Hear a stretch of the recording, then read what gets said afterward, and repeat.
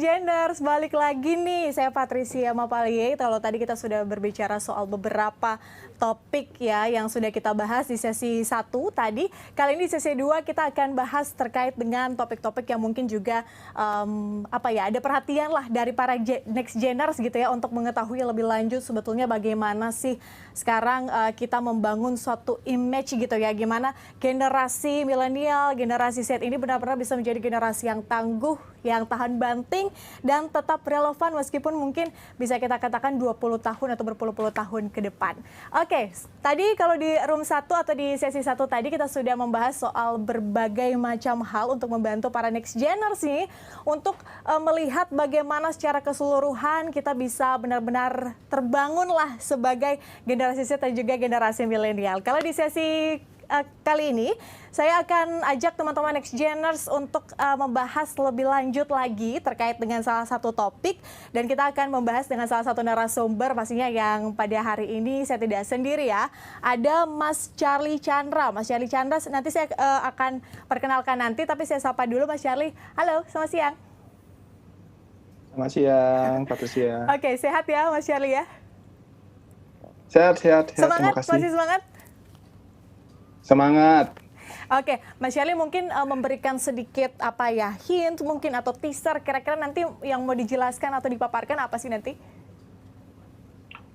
Lebih ke arah ini sih sebenarnya untuk saya akan sharing session terkait dengan how to be a data analyst sih sebenarnya di Tokopedia, dan mungkin juga ada aplikasinya. Kira-kira seperti apa sih produknya yang sebagai data analyst kita bisa share gitu ya ke teman-teman user kita gitu, baik bisnis, produk maupun tech gitu.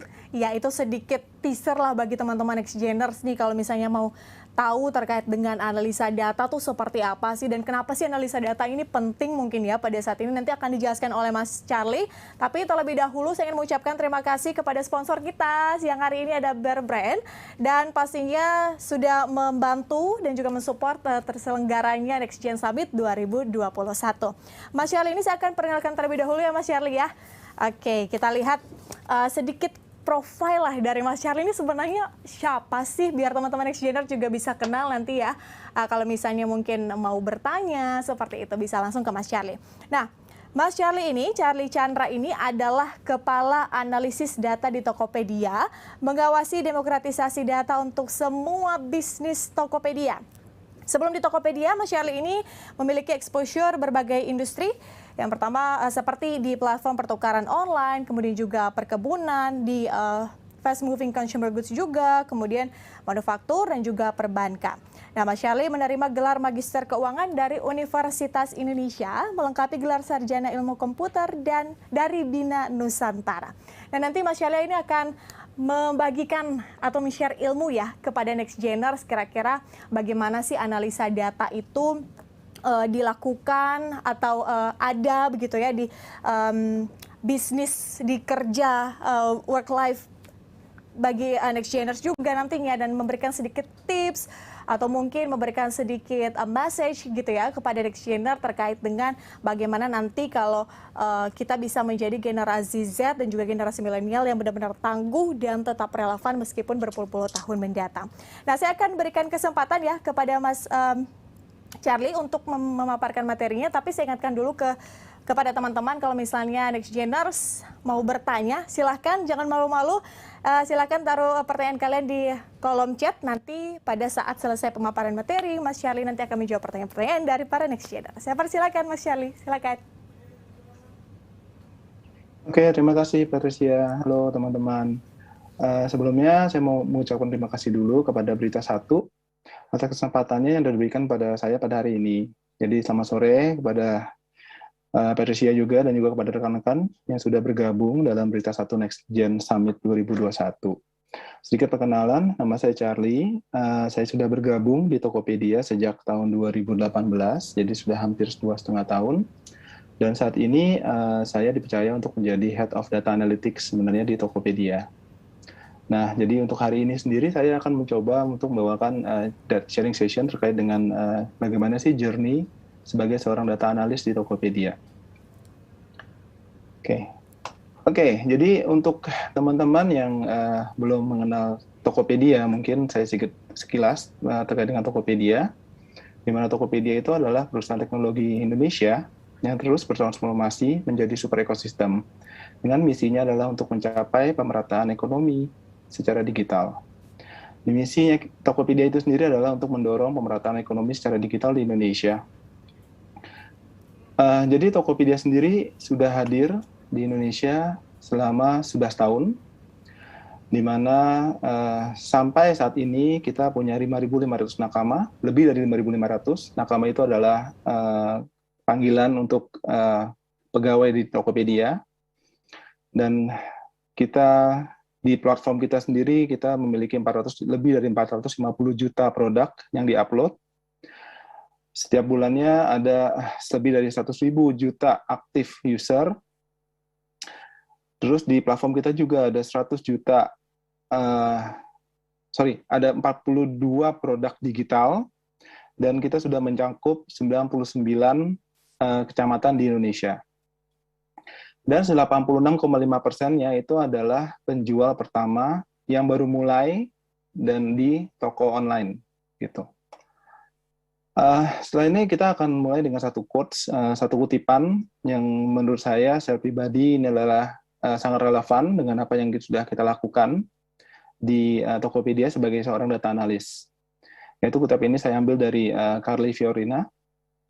Ia adalah seorang ex-CEO dari Harold Pickett, yang menurut dia adalah the goal is to turn data into information and information into insight.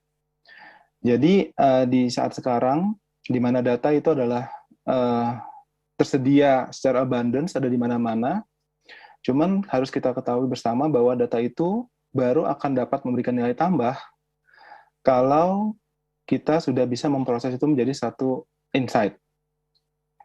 Apabila belum diolah atau menjadi seorang insight, maka itu hanya berupa hard data yang mungkin masih butuh value added yang lainnya, gitu. Makanya kita sebagai data analytics di Tokopedia, kita punya visi adalah kita harus mentransform data into knowledge. Di mana misi data analytics itu adalah kita mau memprovide atau kita mau menyediakan intelligent insight dan advanced analytic platform. Value kita sendiri sebagai data analis itu adalah ada 3. Yang pertama, innovate to create, di mana kita harus selalu berinovasi untuk membuat sesuatu. Yang kedua adalah we learn together and grow together, di mana enggak semua orang ada satupun di tempat di kami itu adalah yang tahu segalanya, makanya kita harus perlu untuk belajar bersama, dan kita berkembang bersama, kita belajar bersama. Terus yang ketiga adalah kita harus work smart and play smart. Jadi, it's not all about working di Tokopedia sebagai data analis, tapi kadang juga kita harus tahu kapan kita harus bermain. Oke, so sekilas untuk bagian pertama dari data analis itu adalah data, ya. Apa sih itu data? Jadi ini adalah big data sekitar tahun 2019. Ini adalah jumlah data yang dihasilkan dari masing-masing platform yang sudah kita kenal bersama. Jadi dari Twitter, ini setiap harinya, ya. Jadi dari Twitter sendiri setiap harinya itu ada 500 juta tweet di Twitter. Dari email sendiri kita ada 294 billion miliar email yang terkirim. WhatsApp sendiri ada 65 miliar WhatsApp message yang terkirim di setiap harinya. Instagram kita punya 95 juta foto dan video yang diupload setiap harinya di Instagram. Dan jumlah pencarian di internet itu mencapai 5 miliar pencarian setiap harinya. Dengan datanya sedemikian besar, ini saya ngambil dari World Economic Forum di tahun 2019. Estimasinya di 2025, kita akan memiliki setiap harinya ada penambahan data sebesar 463 exabytes. Jadi 1 exabyte itu sekitar 1 miliar gigabyte. Kalau kita umpamakan kita mau taruh data itu ke dalam flash disk kita, yang ukuran 16 giga, misalnya panjangnya sekitar 5 cm, maka kalau kita susun, kita jajarkan, ini akan terbentang seluas 1.450.000 kilometer.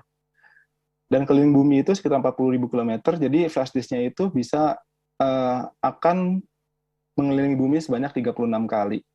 Itu adalah data satu hari yang akan di-generate di dunia di tahun 2025.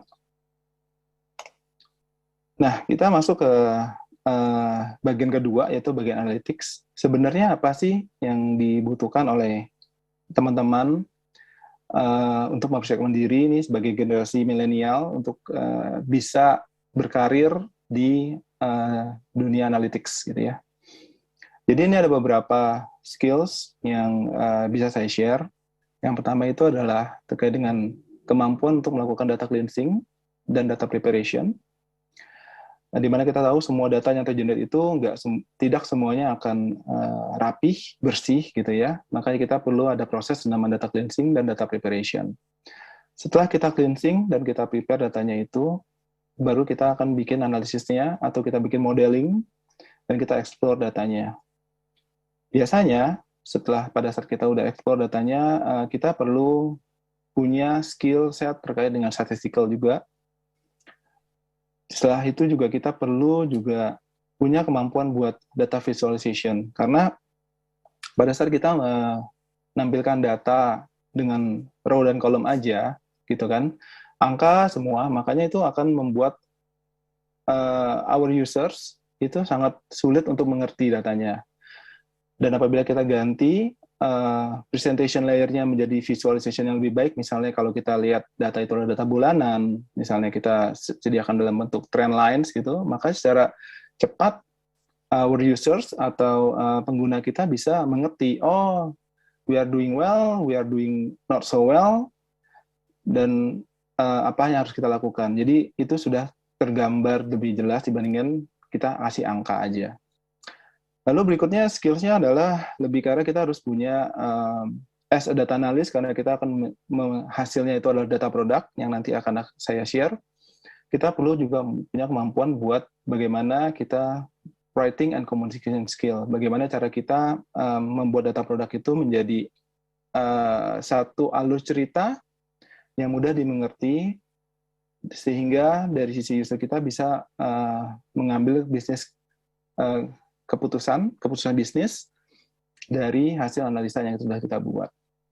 Of course, yang nomor 6 itu adalah business knowledge, tapi mungkin ini terkait dengan learning by doing ya. Sebenarnya pada saat saya join ke Tokopedia juga, saya nggak begitu banyak tahu terkait dengan bisnis Tokopedia, tapi karena kita ada di tim data, dan kita selalu support our users, because bisa juga dari bisnis, bisa dari produk, bisa dari tech, akhirnya kita juga bisa mengerti itu. Lalu yang ketujuh adalah lebih ke arah creativity sih. As we know, di data itu nggak selalu ada jawaban yang pasti gitu ya. Kadang kita harus perlu lebih kreatif buat menggabungkan beberapa skill yang kita punya, beberapa knowledge yang kita punya untuk menjawab satu pertanyaan. Gitu. Nah, biasanya kalau terkait dengan tools yang kita gunakan di Tokopedia, terutama, kita ini adalah contohnya, kebanyakan kita pakai Google BigQuery untuk menyimpan data kita, data transaksi dan apapun itu semua kita taruh di Google BigQuery. Lalu kita akan proses itu untuk proses extract transfer loading-nya, untuk memproses datanya itu dengan Python atau R. Untuk data visualization, kita sendiri pakai menggunakan Tableau. Dan Google Analytics itu adalah platform di mana kita menyimpan data interaksi dari pengguna kita, baik buyer maupun seller, ke platform kita. Jadi ini adalah sekelas tools yang saat ini kita gunakan. Challenges-nya apa sih sebenarnya sebagai data analis? Sebagai data analis itu, challenges buat saya adalah terkait dengan volume data yang pertama. Karena kita lihat bahwa saat ini penambahan datanya yang saya sudah mention sebelumnya juga banyak banget penambahan itu dalam setiap harinya, makanya dari kita sebagai seorang data analis harus mulai memikirkan juga bagaimana cara kita memproses data yang besar tersebut. Terus yang kedua adalah lebih ke arah variety. Jadi jumlah data yang kita punya tadi itu source-nya nggak cuma satu sekarang. Zaman dulu mungkin kita hanya berpikir bahwa oh ini adalah data dari our back end gitu ya, semua yang kita punya. Tapi untuk membuat suatu analisis data produk yang bagus saat ini kita tidak bisa hanya menggunakan satu sumber. Kita harus menggabungkan dari berbagai macam sumber. Salah satunya adalah dari sosial media yang kita harus bisa gabungkan. Makanya dan data-data di sosial media itu adalah data-data yang tidak terstruktur. Nah, bagaimana caranya kita menggabungkan antara data yang terstruktur dengan yang data tidak struktur untuk menghasilkan satu data produk itu adalah merupakan challenge sendiri. Selain itu, mungkin yang ketiga adalah lebih ke arah velocity, jadi kecepatan data. Karena di dunia bisnis sekarang, kadang kecepatan mendapatkan data itu merupakan salah satu faktor yang dominan untuk menentukan bahwa kita supaya bisa tetap kompetitif. Jadi mungkin kalau kita lihat apakah semua data harus real time gitu misalnya, tidak jawabannya. Biasanya di Tokopedia kita selalu berusaha untuk memilah-milah data mana yang memang sangat krusial supaya kita bisa menghasilkan pengambilan keputusan yang cepat, maka data-data tersebut adalah kita streaming, kita real time. Sedangkan untuk data-data lain yang sebagai data pendukung, yang sifatnya tidak harus cepat, makanya kita akan pakai batch processing gitu. Jadi tidak semua data bisa kita real time kan, karena it will have an impact on the cost itself. Terus yang keempat, yang paling penting menurut saya adalah bagaimana cara kita memvisualkan data tersebut. Jadi again, kembali lagi, one of the skill yang kita perlu punya sebagai satu data analis adalah seorang data analis adalah kita perlu punya kemampuan storytelling using visualization. Jadi kadang sebenarnya data yang kita mau tampilkan itu benar-benar penting ya, tapi karena kita tidak menampilkan dengan format yang gampang dimengerti, itu ada kemungkinan dari user kita atau pengambil keputusan itu menjadi bingung. Sebenarnya yang mau diceritakan tuh apa sih sebenarnya? Nah, that's why kemampuan kita building a storytelling with data, with visualization, itu salah satu challenges juga sih untuk saat ini. Jadi nggak semua orang bisa memiliki kepekaan yang sama. Makanya hal ini yang perlu kita asah bersama. Oke, kalau pertanyaannya adalah bagaimana kita menjadi seorang data analis yang baik? Kalau saya kutip dari dari sana adalah kuncinya adalah bagaimana kita memprioritasi apa yang ada di schedule kita. Gitu. Jadi bagaimana caranya kita di Tokopedia sendiri kita fokus on delivering bagaimana caranya kita bisa mendapatkan high impact dengan low effort dulu. Gitu. Itu adalah quick wins yang harus kita lakukan. Jadi kita nggak semua data produk harus menggunakan metode statistical yang canggih atau ribet, tapi lebih ke arah bagaimana caranya kita bisa mendapatkan quick wins. Dan kita jawab pertanyaan-pertanyaan bisnis itu dengan beberapa fase, di mana fase pertama kita jawab yang paling penting dulu, baru selanjutnya kita pindah ke fase-fase pertanyaan-pertanyaan yang berikutnya. Jadi, kita harus bisa set priority kita based on impact sebenarnya sebagai seorang data analis, urgency dan effort. Gitu. Jadi kita pilih dengan impact yang paling besar atau yang paling urgent dan baru effortnya.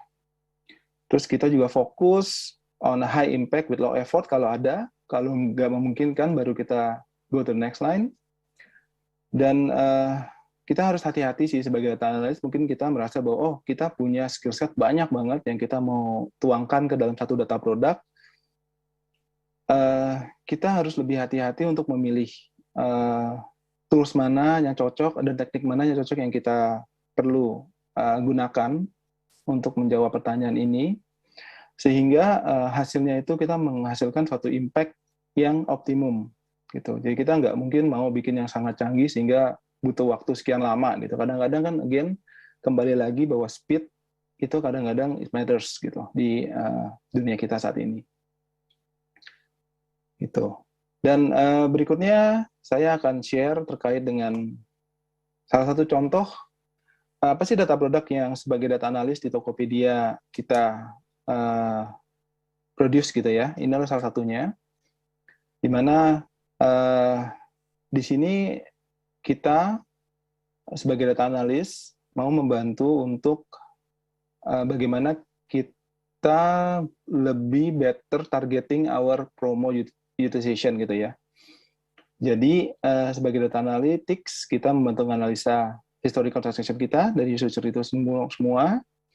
Lalu dengan menggunakan machine learning kita coba mempredik gitu segmen-segmen mana dari buyer kita yang sensitif to price, bagaimana sehingga kita bisa mungkin kasih promo yang banyak ke mereka sehingga mereka jadi tertarik untuk berbelanja di tempat kita. Ataupun juga memang ada segmen-segmen tertentu yang kelihatannya tidak begitu elastis terhadap promo. Makanya kita mungkin bisa memberikan offer lain selain promo kepada segmen tersebut. Gitu. Jadi di sini kita menggunakan kita build buyer segmentation kita dengan dari historical belanja, jadi data historical kita gunakan, lalu kita menggunakan statistical tools, kita dengan menggunakan machine learning, AI, kita berusaha untuk mempredik, bagaimana impact-nya apabila kita memberikan segmen ini promo, apakah dia akan menambah dari sisi pembeliannya atau tidak. Jadi by the end of the day kita akan membantu ini sebagai membantu promo team buat mendapatkan optimum promo targeting. Jadi what is success sih untuk tim data analis gitu ya? Buat data analis, sukses itu adalah apabila kita sudah bisa menggunakan the right skills dan the right tools untuk memproses data menjadi insight, di mana hal tersebut dapat mempermudah pengguna kita, apakah itu tim produk, tim bisnis, maupun tim tech, untuk membuat data-driven business decision. Gitu. Jadi bagaimana cara kita mengovercome semua kesulitan kita seperti itu, bagaimana kita memproses banyak volume yang besar, bagaimana kita memproses data yang struktur dan non-struktur, bagaimana cara kita memproses data yang butuh real time, mana yang bukan, terus bagaimana cara kita menyajikan visualisasi yang bagus dalam data produk kita sehingga hasilnya mudah dimengerti.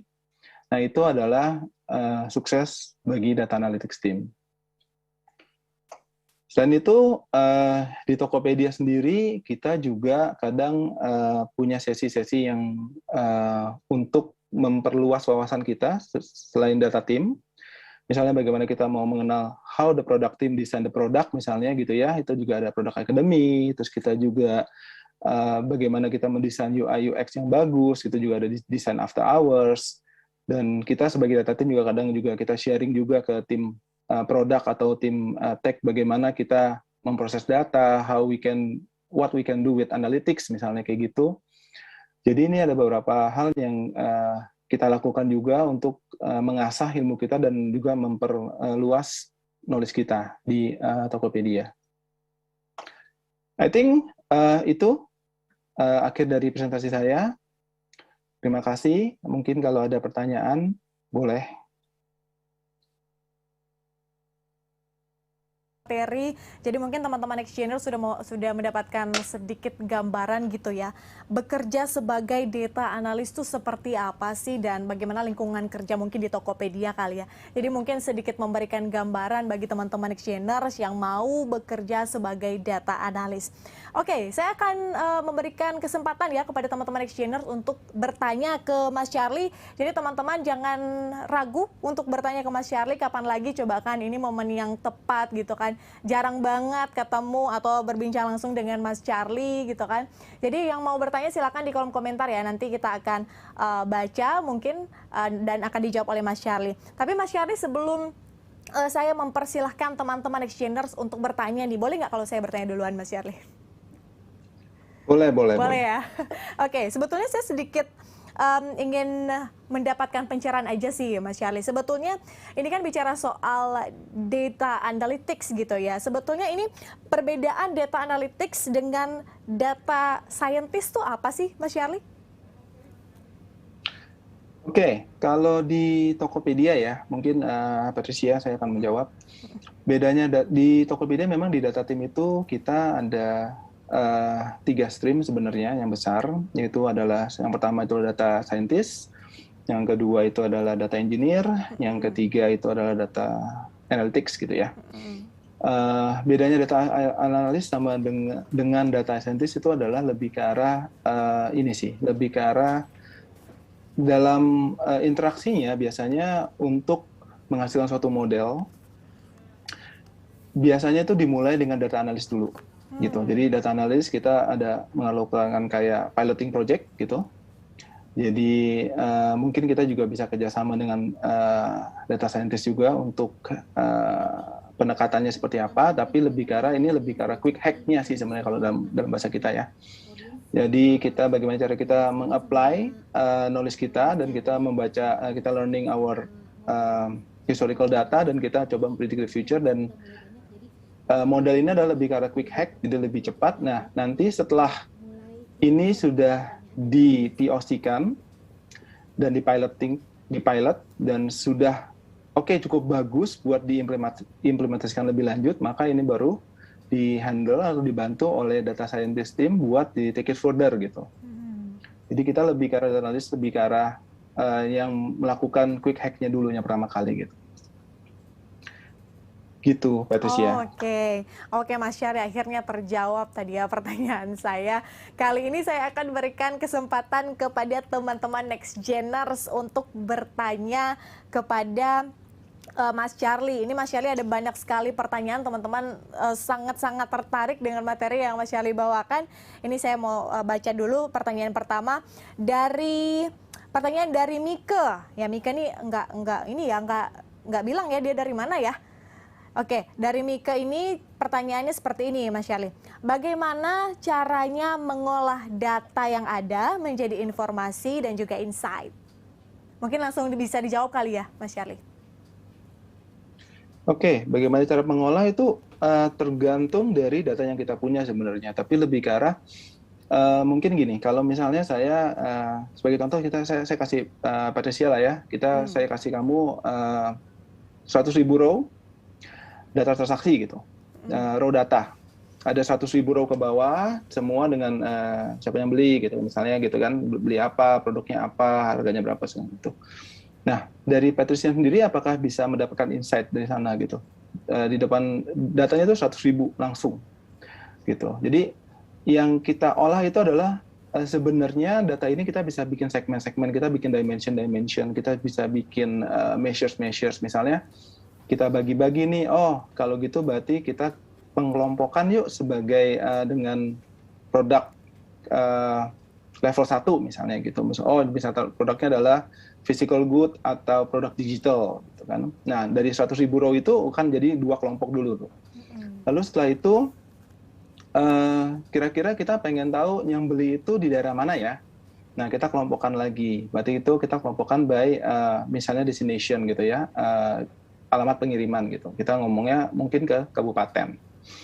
Setelah itu data yang sama dari 100.000 udah kita pecah jadi duanya besar, misalnya 60.000, 40.000 data, terus kita pecah lagi, jadi datanya lebih kecil lagi.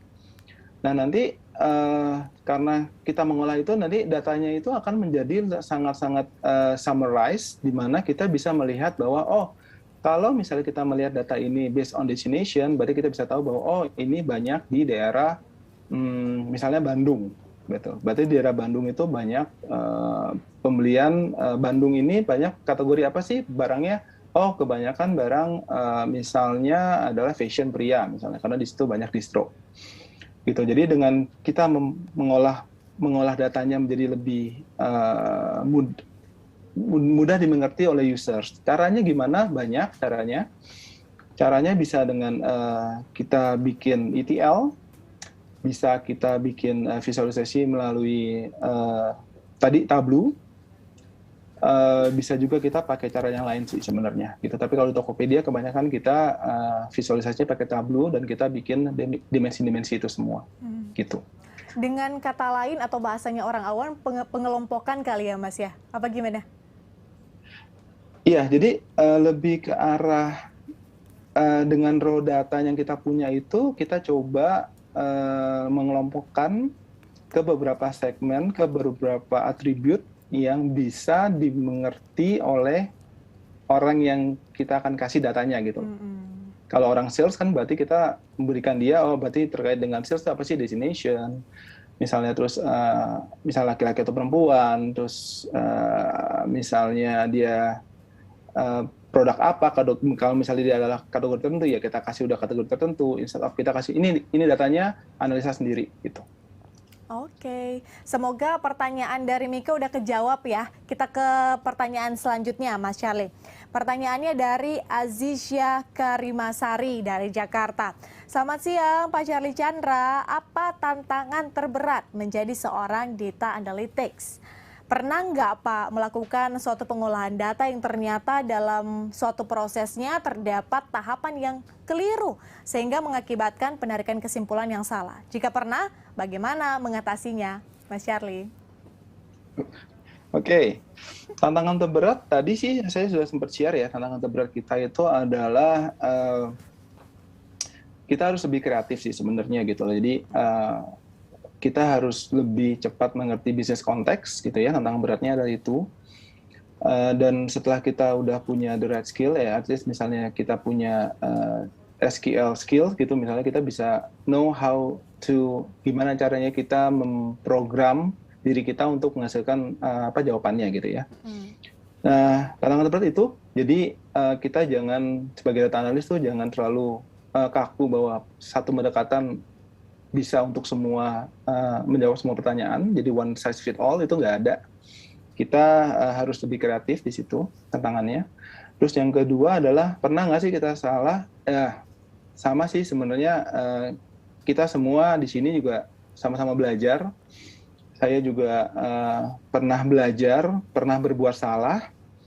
Yang bisa kita lakukan adalah pada saat kita berbuat salah, mungkin kita bisa lebih hati-hati dan kita belajar dari kesalahan kita sih sebenarnya. Jadi jangan sampai kita melakukan kesalahan yang sama 2 kali gitu. Jadi kalau di Tokopedia nggak apa-apa salah, tapi nggak boleh 2 kali. Yang penting jangan melakukan lagi dan kita bisa recover fast gitu sebenarnya.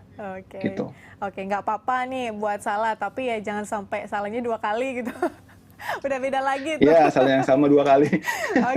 Oke, Mas Charlie, ini ada pertanyaan lagi dari Michael Mengko. Michael ini dari Manado. Pertanyaannya seperti ini.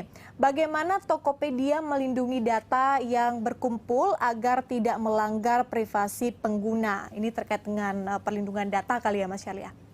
Silakan, Mas. Oke.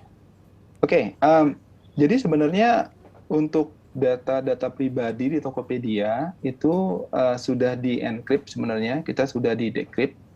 Jadi even data tim aja juga kita nggak bisa mendapatkan data pribadi itu. Gitu. Jadi datanya itu udah di-encrypt dan nggak semua orang punya akses ke sana, dan kalaupun mau punya akses itu harus ada approval level yang cukup dari VP,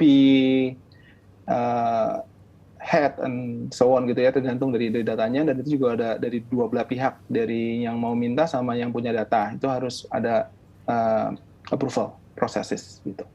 Oke, berarti datanya sudah di-encrypt, tenang saja, udah aman, safe lah ya Mas ya, pastiin ya, safe ya. Siap, jadi... saya sendiri juga nggak bisa punya akses kok ke datanya. Aman, tenang aja Michael, ini aman semua kok, tenang aja. Oke, semoga udah kejawab ya Michael ya. Oke, kita ke pertanyaan selanjutnya Mas Syarli. Ini pertanyaan dari Muhammad Slamet Yahya. Pertanyaannya untuk Mas Syarli seperti ini. Bagaimana menangani case problem big data dalam data science di industri marketplace startup pada umumnya? Silakan Mas Syarli. Oke, kalau untuk data science-nya sendiri ya mungkin saya bukan adalah orang yang tepat buat menjawab ini ya, karena kita lebih ke arah data analytics. Jadi problemnya tergantung nih problem yang mana. Seperti yang kita tahu, problemnya buat big data itu sendiri adalah yang tadi volume, jumlahnya sangat besar, variety, jadi lebih ke arah data struktur dan data struktur, velocity, kecepatan data. Biasanya kalau dari kita itu adalah itu sih, jadi kita lebih terkait dengan bagaimana cara kita memproses data yang besar sebenarnya. Nah, itu biasanya kita dibantu oleh AI. Kita biarkan mesin yang melakukan itu buat kita, dan kita fokus ke untuk fokus ke yang lain sih, bagaimana cara kita menginterpret hasilnya dan kesimpulan apa yang bisa kita ambil gitu. Oke, semoga pertanyaan dari Muhammad Slamet Yahya udah kejawab ya. Mas Syarli, kita ke pertanyaan selanjutnya. Ini kita kasih waktu banyak banget buat teman-teman Next Geners yang mau bertanya. Biar yang penasaran silahkan tanya-tanya mungkin ya. Yang mungkin nggak punya gambaran gimana sih kerja sebagai analis data tuh seperti apa sih kira-kira, mungkin yang nggak pernah dengar kali ada ini bisa dapat pencerahan sedikit ya. Oke, kita ke pertanyaan selanjutnya. Dari Siti Fatimatus Zarok dari Banyuwangi, ini pertanyaannya. Apa sih peran penting seorang data analytics bagi sebuah perusahaan dan apakah tantangan yang sering dihadapi seorang data analytics? Kayaknya udah dijawab tapi bisa dielaborasi lagi kali ya, Mas Syarli. Oke. Peran pentingnya buat Siti ya, peran penting sebagai data analis itu adalah bagaimana kita mengtransform data menjadi insight sih sebenarnya, itu key-nya. Jadi bagaimana cara kita membantu mengolah data atau memproses data yang kita miliki. Satu organisasi punya data tuh biasanya banyak. Gimana caranya kita memproses data tersebut menjadi sesuatu insight atau apa ya, informasi gitu ya, informasi atau insight yang berguna bagi user kita untuk pengambilan keputusan sih, gitu. Jadi sebagai seorang data analis itu adalah tugas kita. Tantangannya kembali lagi seperti yang saya udah pernah share tadi, tantangannya adalah yang paling penting kita harus tahu beberapa skill set yang sudah saya paparkan sebelumnya. Kita punya itu dan kita selalu mau berusaha untuk mengasah ilmu kita dengan belajar lagi dan belajar lagi, sehingga kita bisa selalu memberikan analisa atau data produk yang terbaik buat our users sih gitu. Oke, itu dia buat pertanyaan Mbak Siti ya, Siti Fatimatus Zarok soal tantangan dan juga peran penting. Jadi bagaimana transform data menjadi insight itu ya, Mas Syarli ya. Ya. Oke, selanjutnya kita Betul. ke pertanyaan dari Natasha Devian. Natasha ini dari Jakarta. Pertanyaannya, bagaimana suka duka sebagai data analis? Mas Syarli, apa nih suka dukanya, Mas? Oke, suka duka data analis ya. Aduh.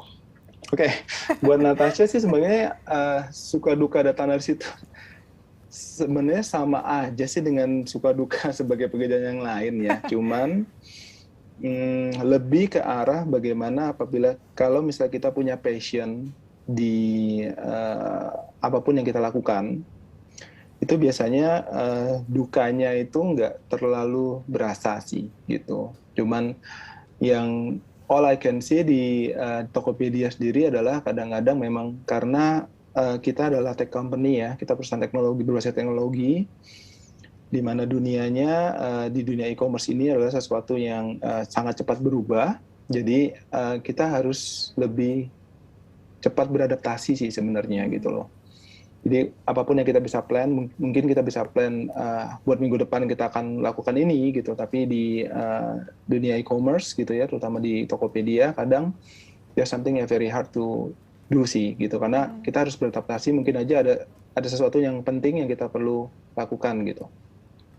Tapi again sih, kalau memang itu ada sesuatu yang kita suka, saya rasa dukanya nggak gitu berasa sih sebenarnya. Mungkin agak capek aja, mesti misalnya kerja sampai kadang tanggung gitu ya, kita mau selesaiin juga.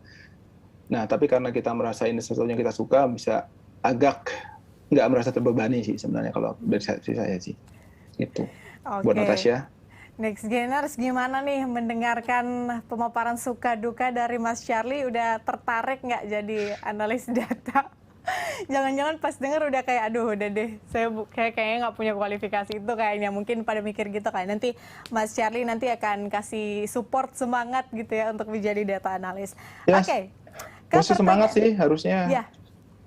Mesti semangat. Ya harus semangat mau nggak mau ya. Harus semangat. Oke, pertanyaan selanjutnya dari tadi sampai di mana? Oke, Natasha. Kemudian dari Sendiana Armawati. Mas Charlie, perkenalkan saya Sandiana dari Universitas Paramadina. Boleh share Mas, apa saja kesalahan fatal yang bisa terjadi saat kita menganalisis sebuah data dan bagaimana solusinya? Yang paling fatal ya, ini buat Sandiana. Oke, yang paling fatal itu adalah analisa yang kita lakukan itu menghasilkan kesimpulan yang salah karena banyak hal sih gitu. Jadi bagaimana solusinya adalah kita perlu tahu kesalahan kita tuh adanya di mana sebenarnya. Apakah satu dengan modeling yang kita gunakan, atau kita salah menginterpret, atau kita salah membaca hasil dari model yang kita buat, atau kita salah bikin segmentasinya, atau juga bisa dengan data quality gitu. Jadi solusinya mungkin tergantung dari hal tersebut gitu ya. Kalau memang itu adalah masalah di modelingnya, ya berarti kita lebih kuatkan lagi tentang terkait dengan modeling yang kita gunakan, kita lebih mengerti lagi. Kalau terkait dengan data quality, ya itu sesuatu yang bisa yang perlu kita ngomongin atau obrolin bareng dengan tim lain. Misalnya kalau bisa di tim data itu ada juga tim data engineer misalnya. Tapi itu sesuatu yang memang mungkin bisa terjadi, dan buat Sediana ya again nggak ada salahnya kita berbuat salah, tapi jangan sampai melakukan kesalahan itu yang sama 2 kali sih, sebenarnya itu aja sih. Gitu ya, semangat, tetap semangat. Tetap semangat, dan balik lagi nih Sendiana, jangan buat kesalahan 2 kali. Ini udah 2 kali juga disebut sama Mas Charlie. Oke, kita ke pertanyaan selanjutnya. Ini kayaknya saya harus agak cepat ini karena banyak banget pertanyaannya Mas Charlie. Semoga Mas Charlie bisa tetap kuat menjawab pertanyaan-pertanyaan dari para Next Geners. Oke, pertanyaan selanjutnya dari Welianto. Model yang digunakan di Tokped umumnya model black box atau white box. Apakah ada penggunaan data dari device dan dari pihak ketiga dalam membangun model, Mas Charlie? Oke, untuk terkait dengan black box, white box itu sebenarnya tergantung dari kebutuhan. Ya, ini lebih ke arah teknikal. Tergantung dari kebutuhan, Welianto. Jadi dan setelah itu juga untuk yang penggunaan data third party atau enggak juga kembali lagi tergantung terkait dengan kebutuhan sih sebenarnya.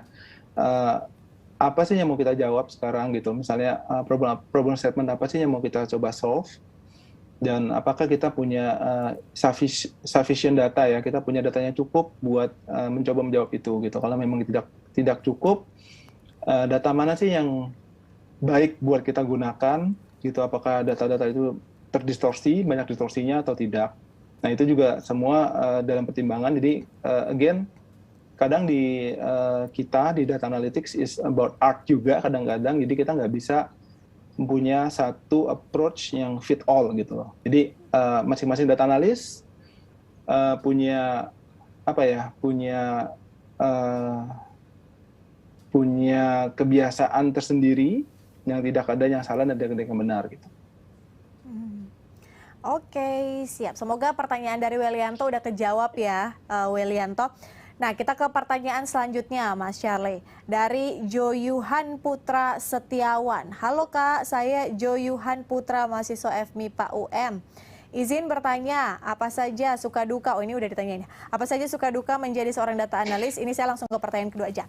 Bagaimana cara agar lebih mencintai profesi seorang data analis? Wah, ini pertanyaannya nih. Wah, bagaimana cara lebih mencintai ya? Ini lebih ke arah ini sih teman-teman buat Joyuhan Putra ya. Ya. Jadi lebih ke arah, kalau dari saya, lebih ke arah dari diri sendiri sih sebenarnya gitu loh. Jadi apakah kita punya suatu kepuasan tersendiri pada saat kita bisa membreakdown masalah menjadi beberapa hal yang kecil dan kita bisa memberikan jawabannya satu persatu gitu. Jadi ya itu sih sebenarnya. Jadi kalau memang kita suka pada hal itu dan ya semua pekerjaan juga harus dilandasi oleh suka sih sebenarnya gitu. Kalau dipaksain juga kadang-kadang nggak akan mendapatkan hasil yang optimum sebenarnya untuk siapapun itu, untuk di data analis, untuk di data engineer ataupun untuk di data scientist sih sebenarnya. Jadi lebih ke arah dari dalam sendiri, coba dulu aja. Kalau dari saya sih sebenarnya coba dulu, karena sebagai data analis itu kita akan punya banyak exposure terhadap dengan data itu sendiri ya. Terus kedua itu bisnis, kita juga harus bisa mengerti bisnisnya. Terus nanti kita juga bisa mengerti, korelasi antara produk dengan bisnis itu gimana sih? Nah, kalau emang suka untuk belajar hal-hal tersebut, harusnya sih dari data kita bisa belajar itu semua sih, gitu. Oke, jadi balik lagi ke diri sendiri ya Mas ya. Semua pekerjaan mungkin ya balik lagi ke diri sendiri gitu ya, harus mencintai apa yang kita lakukan gitu kan. Oke, kita ke pertanyaan selanjutnya. Ini pertanyaan dari Eka Setianingrum dari Bandung. Untuk Mas Charlie, di awal-awal apa tantangan yang dirasa butuh effort untuk menangani setiap tantangan-tantangan yang ada? Dan apakah diskusi dengan tim selalu dilakukan setiap harinya? Mas Charlie? Oke. Terutama saat ini ya, dulu sih sebenarnya waktu kita sebelum WFH, saat ini kita Tokopedia udah sejak awal Maret kita full WFH sebenarnya. Jadi waktu zaman sebelum pre-COVID itu kita memang kita ada sync up dengan tim daily, misalnya di pagi hari. Jadi kita mau membahas bahwa apa sih yang akan kita lakukan dan apakah ada blocker dan apa yang bisa kita bantu gitu ya. Saling membantu dan kita saling mengupdate antar tim.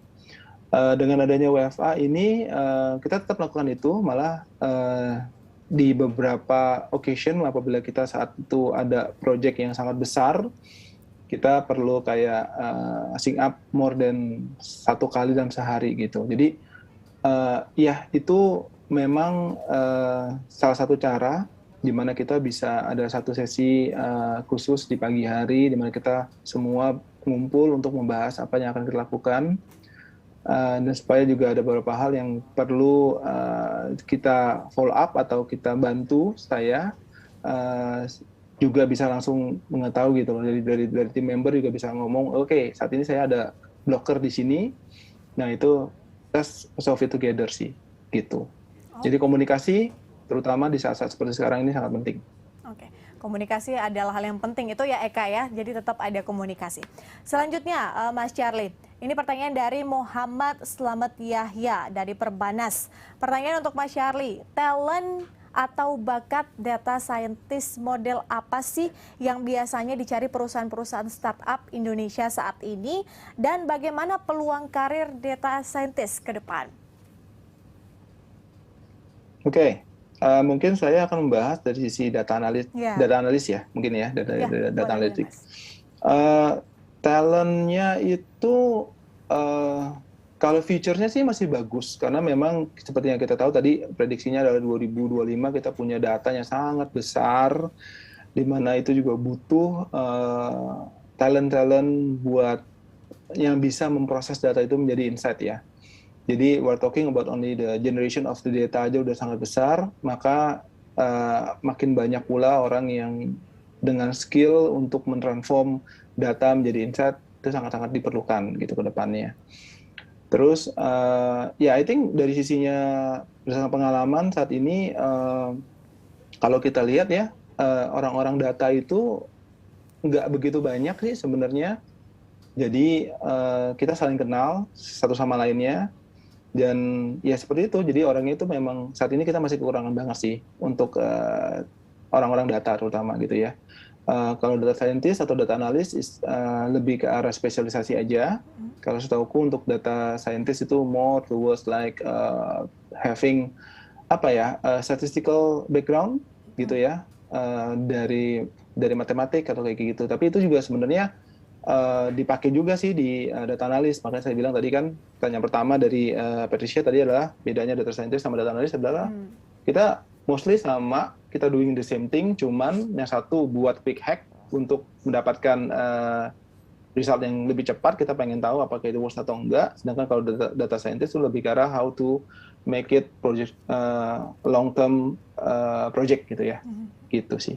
Oke, berarti yang bekerja sebagai data analytics itu masih sedikit ya, Mas? Berarti bisa jadi peluang dong ya buat next geners ya? Ya, sangat.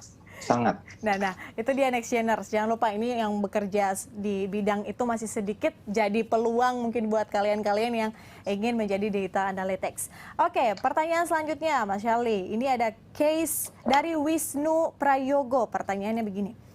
Case dan pengalaman apa yang paling berkesan yang pernah Bang Chandra alami ketika menjadi analis data?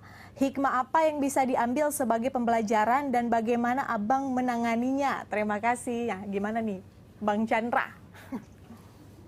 Oke, siap. Jadi untuk case sih sebenarnya banyak ya dari along the way gitu kan, dari pengalaman saya di awal-awal juga saya nggak bergerak di industri startup sejak awal. Saya mungkin awalnya adalah korporasi gitu ya, dari corporate saya pindah ke startup gitu. Jadi kalau ditanya pengalaman yang paling menarik, mungkin di Tokopedia itu adalah ada sebagai data analis. Itu lebih ke arah bagaimana kita membantu sih sebenarnya. Jadi case-nya ya kita bagaimana caranya kita membuat data produk yang bagus gitu kan. Sehingga dari sisi usernya oh ternyata berdasarkan data tuh seperti ini loh gitu. Jadi itu yang lumayan menarik. Saya nggak bisa share detailnya karena itu terkait dengan lebih ke arah di Tokopedia sendiri ya. Jadi gitu karena kita itu terkait dengan informasi di Tokopedia. Jadi pengalaman saya sih lebih ke arah itu sih sebenarnya. Jadi jadi lebih ke arah bagaimana cara kita bisa memberikan informasi yang cukup dan kadang itu berdasarkan data bisa menambah perspektif yang baru sih buat user-user kita. Gitu. Oke. Semoga mendapatkan pelajaran ya, Wisnu ya. Kita ke pertanyaan selanjutnya, Mas Charlie. Ini ada dari Vincentius Reno Budianto. Mas Charlie, perkenalkan, nama saya Reno. Saya ingin bertanya, apa yang harus dipelajari terus-menerus untuk mengembangkan diri sebagai data analis yang lebih baik untuk kedepannya? Cara mengembangkan diri gimana, Mas Charlie? Kalau dilihat tadi kan ada beberapa skill set ya yang diperlukan gitu kan ya.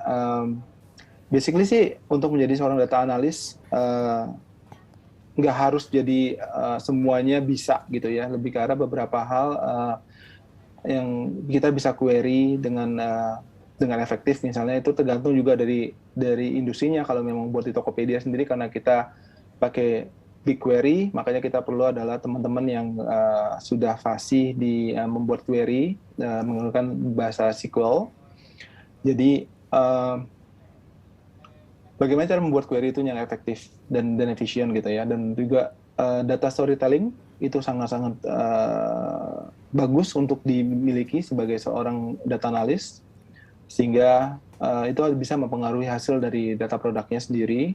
Jadi data analisisnya tuh lebih terstruktur ya, lebih ceritanya lebih mengalir gitu. Jadi buat orang-orang awam yang membaca itu menjadi lebih cepat mengerti gitu. Untuk skill-skill yang lainnya sih bisa sambil learning by doing sih sebenarnya gitu. Again di teknologi gitu ya, apakah saat ini seperti yang tadi saya bilang, saat ini kita menggunakan BigQuery, mungkin 2-3 tahun ke depan kita bisa menggunakan hal yang lain gitu kan. Hari ini kita pakai Tableau, 2-3 tahun ke depan kita bisa ganti yang lain. Nah, itu sesuatu yang selalu bisa berubah dan kita harus bisa beradaptasi sih. Jadi kemampuan buat beradaptasi dan kemampuan ingin belajar itu yang paling besar sih. Gitu. Jadi tinggal disesuaikan aja masuknya ke dunia yang mana dan dia memakai teknologi yang mana, itu didalamin. Tapi ada bagusnya juga tetap belajar teknologi lain, karena mungkin apa yang kita pakai yang paling bagus sekarang mungkin dalam 2-3 tahun ke depannya itu menjadi bukan yang paling bagus gitu. Kalau kita selalu bilang bahwa oh kita cuma belajar yang apa yang kita punya, itu nantinya kita ketinggalan sih sebagai seorang data analis gitu. Oke, tetap belajar. Sama kemampuan ya, mungkin tambahan dikit sama kemampuan untuk ini sih, kemampuan untuk statistical yang perlu punya at least gitu. Ya. Oke, jangan lupa tetap mengembangkan diri ya, Vincentius. Kita ke pertanyaan selanjutnya, Mas Charlie, ini dari Amelia Subiakto. Halo, saya Amelia dari Surabaya. Saya ingin bertanya, berapa lama Kak Charlie dan tim untuk memproses data sampai pada proses visualisasi hingga pencapaian keputusan bisnis? Dan apakah mungkin dalam proses pengolahan data ada kekurangan data yang diperlukan? Terima kasih. Mas Charlie, silakan. Oke, kalau untuk berapa lama, tergantung dari business case yang lagi kita mau jawab gitu. Kadang kalau pertanyaan itu adalah straightforward dan kita sudah punya datanya, itu harusnya cepat gitu. Even kita bisa bikin visualisasi dalam waktu 2-3 hari, mungkin udah kelar. Dan analisanya mungkin kita bisa tambahin sekitar 1 hari lagi dia on top of that.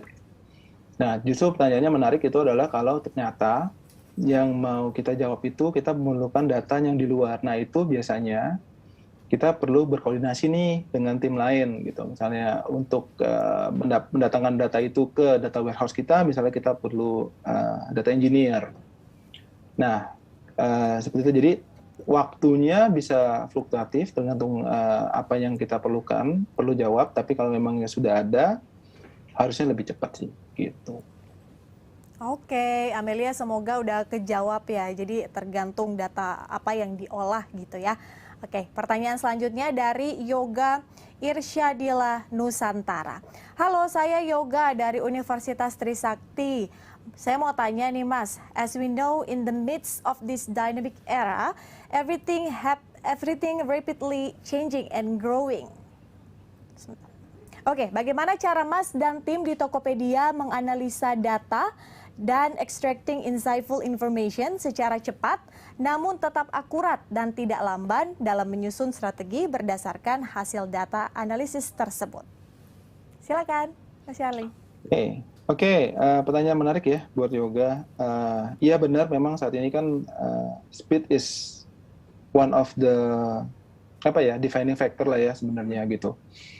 Jadi di Tokopedia bagaimana cara kita bergerak lebih cepat, sebenarnya pertanyaannya adalah seperti itu. Kita punya teman-teman tuh banyak banget di data analytics gitu ya, dan kita sudah bagi-bagi spesialisasinya masing-masing gitu. Misalnya untuk logistik itu kita sudah punya beberapa orang yang memang live and breathe di sana gitu kan. Misalnya untuk promotion juga kita udah punya tim yang khusus buat itu. Jadi pada saat kita memerlukan untuk pengambilan keputusan, kita butuhkan analisa yang mencakup beberapa tim tersebut, ya kita saling berkolaboratif, kita ngumpul bareng gitu, kita hangout bareng. Terus habis itu kita bedah permasalahannya, kita bagi-bagi menjadi smaller chunk. Lalu dari masing-masing bagian-bagian itu bisa dihandle oleh orang-orang yang memang berkompeten di sana gitu. Jadi kita nggak bisa memaksakan bahwa tim yang tidak pernah mengerti terkait dengan data logistik diharapkan untuk menganalisa data logistik gitu. Jadi kita udah punya specialized team yang kita bisa saling berkolaboratif. Jadi intinya satu, we work as one Tokopedia. Jadi itu setiap ada masalah, setiap ada request, setiap ada permintaan data, kita analyze dulu, lalu kita coba pecah-pecah, dan ini lebih relevan ke tim mana, dan siapa yang bisa bantu, itu sih. Oke, semoga kejawab ya Yoga ya pertanyaannya.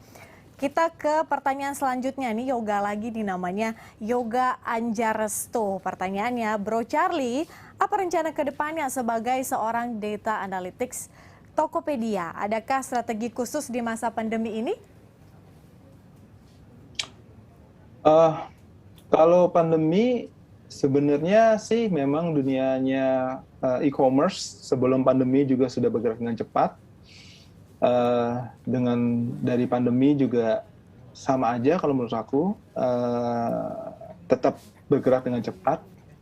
Kedepannya product analyst di Tokopedia itu adalah lebih ke arah kita mau memperbanyak sih sebenarnya apa yang kita sebut dengan predictive analytics sih sebenarnya gitu. How we can implement mengintegrasikan machine learning ke analisis kita, sehingga kita udah bisa mempredik kira-kira what will happen sih dengan kondisi yang apa yang kita punya sekarang. Nah itu jadi kita bisa memberikan kayak semacam early warning system ya, alert system ke our business. This is what will happen in the next 2 months or 3 months gitu kan, dengan analisa kita berdasarkan machine learning yang kita build di dalam analisa kita. Itu sih. Oke, Mas Charlie. Thank you. Kita ke pertanyaan selanjutnya. Ini mungkin pertanyaan terakhir kali ini. Banyak sekali yang nanya Mas Charlie. Tadi udah dijawab kurang lebih ada 18 pertanyaan. Ini banyak banget yang pengen tahu lebih lanjut soal Tokopedia kah, soal Mas Charlie kah, soal bekerja sebagai data analytics. Nah, ini pertanyaan selanjutnya dari Christian Pangestu. Saya Christian Pangestu Kuncoro dari UMN. Saya ingin menanyakan, data yang disimpan Tokopedia disimpan secara cloud atau on-premise? Dan bagaimana, atau maksud saya, dan mengapa data Tokopedia sempat bocor ke publik, Mas Charlie? Apakah tidak menggunakan protection ring demi keamanan? Mas Charlie, silakan dijawab nih. Aduh, silakan. Oke. Jadi untuk yang saya akan jawab untuk yang penyimpanan data kita itu sebenarnya kita ada di cloud, gitu ya. Nah, untuknya terkait dengan data yang bocor kemarin itu adalah mungkin saya bukan orang yang tepat untuk bisa menjawab ini. Itu sudah dijawab oleh corporate communication kita sih sebenarnya, Ibu Aini ya. Gitu. Jadi saya tidak bisa berkomentar lebih jauh terkait dengan itu. Jadi bisa nanya langsung ke Bu Aini kali ya? Christian. Yes. Oke, gitu ya Christian. Betul, tapi ya? untuk yang saya bisa jawab aja, ya, yang saya bisa jawab untuk dengan data yang disimpan itu ada di cloud sih. Iya, yang bisa dijawab sama Mas Charlie cuman ya sesuai job desk-nya ya. Disimpannya di mana? Yes, siap. Oke, Mas Charlie, banyak banget yang sebenarnya pengen tanya ke Mas Charlie nih, tapi sayang sekali waktu nih sangat-sangat terbatas. Nextgenders banyak banget pengen tahu soal kerjaan, soal bagaimana kerja di Tokopedia. Banyak lah pokoknya mereka tuh ingin tahu terkait dengan banyak hal. Nah, ini sebagai memberikan semangat kepada para Nextgenders nih untuk tetap berkarya, mengembangkan diri, khususnya juga di era pandemi ini, dan bagaimana kemudian Nextgenders ini bisa tetap berkembang, dan paling tidak generasi Z dan juga generasi milenial ini akan tetap relevan bahkan berpuluh-puluh tahun mendatang. Pesan dari Mas Charlie. Oke, dari saya sih sebenarnya kita harus bersyukur sih sebenarnya dengan dunianya saat ini itu, di mana untuk pembelajaran itu sangat-sangat mudah didapat ya. Kita bisa belajar dari YouTube, kita bisa belajar dari Udemy, kita bisa belajar dari manapun itu gitu ya. Yang penting adalah ada niat sih sebenarnya gitu. Untuk stay kompetitif, kita harus selalu belajar. Cara belajarnya gimana? Cara belajarnya online tuh udah banyak banget sekarang. Kita bisa dapatkan pengetahuan itu dari mana aja. Terus, apakah data analytics adalah jalurnya tepat buat teman-teman? itu saya kembalikan ke teman-teman, tapi yang pasti dari sisi kebutuhan, menurut saya masih sangat banyak. Kita butuh orang-orang yang talenta-talenta baru di dunia data analytics. Ya, saya rasa sih itu sih sebenarnya tetap belajar aja, yang penting niat belajar, caranya gimana, udah banyak banget dibandingkan kayak let's say 10 tahun yang lalu, kita mesti beli buku yang mahal gitu kan. Kalau sekarang kita bisa juga untuk dapetin tutorial tuh sangat mudah, kita bisa belajar, yang penting ada niat sih kalau dari saya gitu. Dan data analytics menarik, tempat yang menarik buat teman-teman bisa mengeksplor data, mengerti bisnis, mengerti produk seperti apa, ya seperti itu sih sebenarnya gitu. Jadi tetap semangat, kembali lagi tetap semangat ya, Patricia dan teman-teman yang lain. Oke, gitu. thank you. Dan di Tokopedia, Mas Charlie. we always hiring ya. Ya. We are always hiring untuk tim data juga. Please boleh juga nanti approach saya di LinkedIn. Nanti kita bisa berdiskusi lebih lanjut. Wow, terima kasih. Itu tuh udah dikasih peluang tuh ya di Tokopedia. Teman-teman jangan lupa ya, tadi kata Mas Charlie kalau data analytics yang bekerja sebagai data analytics ini masih sedikit, jadi bisa jadi peluang ya buat teman-teman yang mau berkarir sebagai data analytics. Mas Charlie, thank you so much for joining us today. Terima kasih banyak, semoga pekerjaannya tetap berjalan baik ya, meskipun masih WFH ya Mas ya? Ya, masih WFH. Terima kasih juga Patricia, thank you juga buat ini. Next Gen-nya gitu kan, hopefully kita bisa ketemu lagi di lain kesempatan. Amin, terima kasih. Amin. Thank you Mas Charlie. Iya, teman-teman Exchanger, itu tadi perbincangan saya dengan Mas Charlie ya. Pastinya banyak banget ilmu yang kita dapatkan hari ini. Bukan cuma teman-teman Exchanger, tapi juga saya pastinya untuk mendapatkan informasi lebih lanjut. Bekerja sebagai data analytics itu seperti apa sih dan bagaimana sih ruang lingkup bekerja di Tokopedia? Kira-kira kan banyak yang penasaran kali ya, kerja di startup tuh seperti apa. Kemudian tadi juga sudah dikasih dorongan gitu ya, support, semangat dari Mas Charlie untuk tetap berkarya. Jangan lupa teman-teman untuk mengembangkan diri lebih lagi karena ini era yang cepat sekali berubah, jadi kita juga butuh semangat dari diri kita sendiri ya untuk lebih cepat berubah. Kita blend dengan era yang semakin cepat berubah itu. Oke, teman-teman sekalian, para Next Geners, acara ini pastinya bisa terselenggara berkat kerjasama Berita Satu dengan Bear Brand. Terima kasih Bear Brand. Dan teman-teman, terima kasih juga sudah bertanya tadi ya ke Mas Charlie. Tadi ada hampir kurang lebih 20 pertanyaan ya dijawab sama Mas Charlie, dan tadi juga sudah ada pemaparan dari Mas Charlie. Kita harapkan materinya tentunya bermanfaat untuk kita semua. Dan Next Geners, jangan lupa ya kalau acara Next Gen Summit 2021 nggak berhenti hari ini. Masih ada besok hari, jadi jangan lupa join Next Gen Summit 2021 pada 7 April 2021 besok. Karena masih banyak tema yang pastinya menarik soal mandiri finansial dari para narasumber keren Next Gen Summit 2021. Dan teman-teman sekalian, karena tadi juga sudah ada banyak sekali pertanyaan ya teman-teman ya, yang sudah mengajukan pertanyaan sepanjang sesi 1 dan juga sesi 2 pada hari ini. Dan sudah ada sejumlah penanya yang pertanyaannya sudah diseleksi oleh para teman-teman sekalian yang ada di sini dan sudah menjadi pertanyaan terbaik. Nah teman-teman, saya butuh informasi ya buat teman-teman yang sudah mendapatkan pertanyaan terbaik ya untuk hari ini teman-teman. Gimana? Jadi bagi teman-teman yang sudah memberikan pertanyaan, kira-kira dapat pertanyaan terbaik nggak ya? Ingat loh, ada hadiah menarik loh. Sudah ada kah teman-teman? Oke.